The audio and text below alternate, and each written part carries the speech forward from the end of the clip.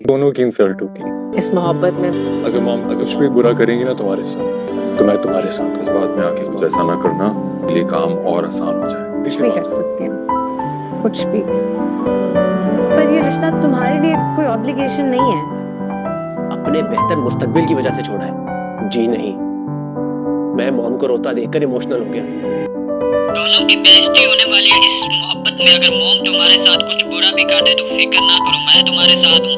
لیکن کسی جذبات میں آ کر ایسا قدم مت اٹھانا جس سے معاملہ ان کے حق میں آسان ہو جائے. میں سب کچھ کر سکتی ہوں لیکن یہ رشتہ تمہارے لیے کوئی بوجھ نہیں ہے. میں نے تمہیں اپنے اچھے مستقبل کے لیے نہیں چھوڑا تھا, نہیں. میں تو بس موم کو روتا دیکھ کر کمزور پڑ گیا تھا, ورنہ میرے پاس نہ آگے کوئی راستہ تھا اور نہ پیچھے. ڈرامے میں اب تک 4 بار بیزا کو لگا ہے کہ اس کے راستے کی ساری رکاوٹیں دور ہو رہی ہیں. ایشر اور عاشر گھر چھوڑ کے تایا ابو کا انتقال ہو گیا اور اب اسے لگتا ہے کہ وہ انایا کو بھی اپنے کنٹرول میں کر لے گی. امیزا سمجھتی ہے کہ اس کے پاس پوری طاقت ہے. اسے لگتا ہے کہ شور کو قابو کر لیا تو سب کچھ اسی کے ہاتھ میں ہے, لیکن اسے معلوم نہیں حالات بدلنے میں دیر نہیں لگتی. اب شایان ہی سارا کھیل بدلے گا جب وہ انایا کی اصل حقیقت سب کے سامنے لائے گا.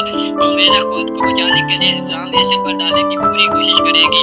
عاشر اور ایشر میں ناراضگی تو ہوگی لیکن ان کا رشتہ ختم نہیں ہوگا. اصل مسئلہ روحان کے ساتھ ہوگا. جب روحان کو پتہ چلے گا کہ انایا پہلے سے طلاق یافتہ تھی تو سوال یہ ہے کہ کیا وہ اسے معاف کر پائے گی. ادھر اسد کے سامنے بھی سچ آ جائے گا کہ اس کی بیوی نے شروع سے اسے دھوکہ دیا, اور پھر جب اسے یہ بھی پتہ چلے گا کہ اس کے باپ کی موت کی وجہ بھی اس کی بیوی تھی تو اسد کبھی بھی سائجہ کو معاف نہیں کرے گا. وہ اسے گھر سے باہر نکال دے گا, اس گھر سے جسے اپنی بادشاہی سمجھتی تھی. اس کے بعد اسد کو بہت پچھتاوا ہو گیا کہ اس نے اپنے بھائیوں سے ظلم کس کے کہنے پر کیا, ایک ایسی عورت کی وجہ سے جو اس کے قابل ہی نہیں تھی. کون چاہتا ہے کہ ویزا کی حقیقت جلد سامنے, اور کون روحان اور نایا کو دوبارہ ایک ساتھ دیکھنا چاہتا ہے.